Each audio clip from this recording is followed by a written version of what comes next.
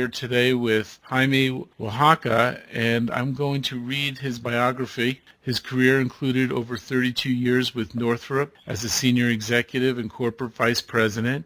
He received a presidential appointment from George Bush as a member of the National Science Board between 1990 and 96, a presidential appointment and Senate confirmation from Ronald Reagan to the General Advisory Committee on Arms Control and Disarmament between 82 and 93, and was a candidate for Secretary of Transportation in 1987. He was appointed to the by the President's Science Advisor to co-chair the Task Force on Women, Minorities, and the Handicapped in Science and Technology from 87 to 90. In 1980, he was a Distinguished Fellow of the Institute of the Advancement of Engineering, was a candidate for Secretary of Air Force in 81. In 92, he was honored as a distinguished alumnus of the University of Texas El Paso and received additional high honors, including the National Science Foundation's Lifetime Achievement Award. He also has served as a board member and chairman for the United States-Mexico Foundation for Science in 1997. Jaime, welcome, and can you talk about some of the changes that need to be done? The world today demands a country like Mexico, which is, by the way, is producing more engineering talent than we are in this country. And they're one-third the population in round numbers.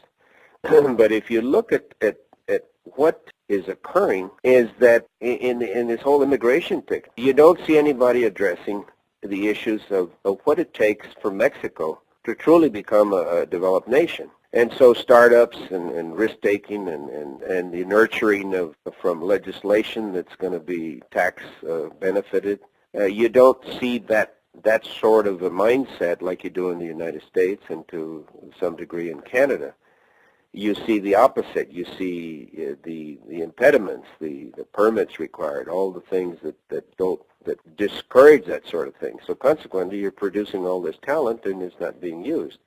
Well, the reality now is that a lot of those maquiladora organizations are moving to China and to India, although some are coming back because of security issues or the fact that it's too long a way to manage at a distance.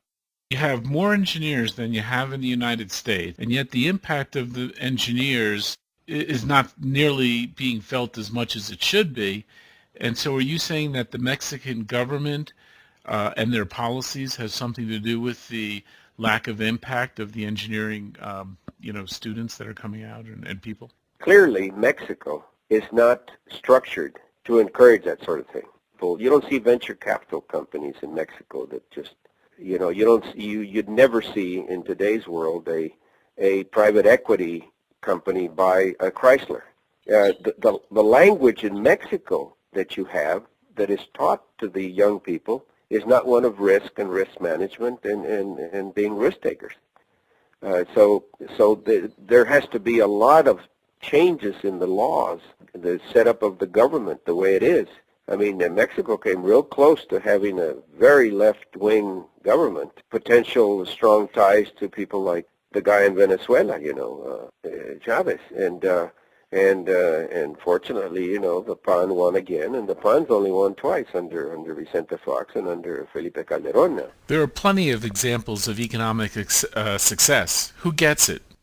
In the northern part of Mexico, they're taking a very aggressive approach to get their young people into the mindset of starting companies, recognize that they had to have the learning curve amongst the young people, the highly trained people. A lot of these people are MIT people and Caltech people and Stanford people and so on.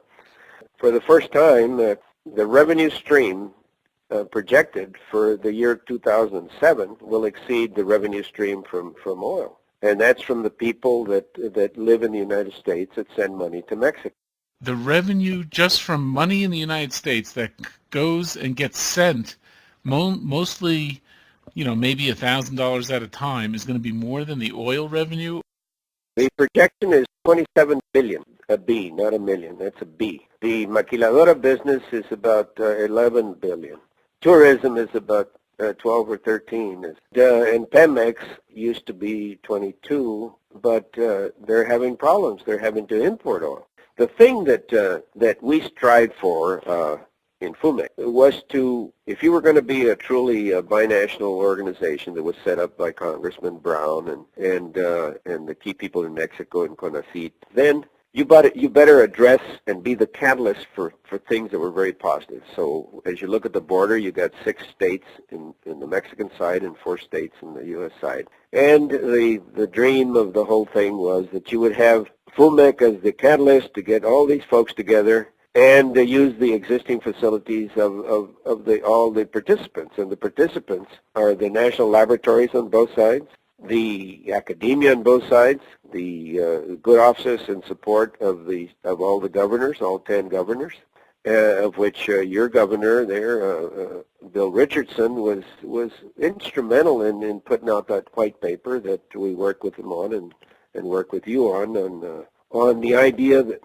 that it should be a high-tech border. Can you discuss the science and technology initiatives along the border? Now happening in real time is that everybody recognizes the value of that, all the way from California to Arizona to, and you got the national laboratories. You're setting up these consortiums. The governor of Texas has put in $300 million just for this activity.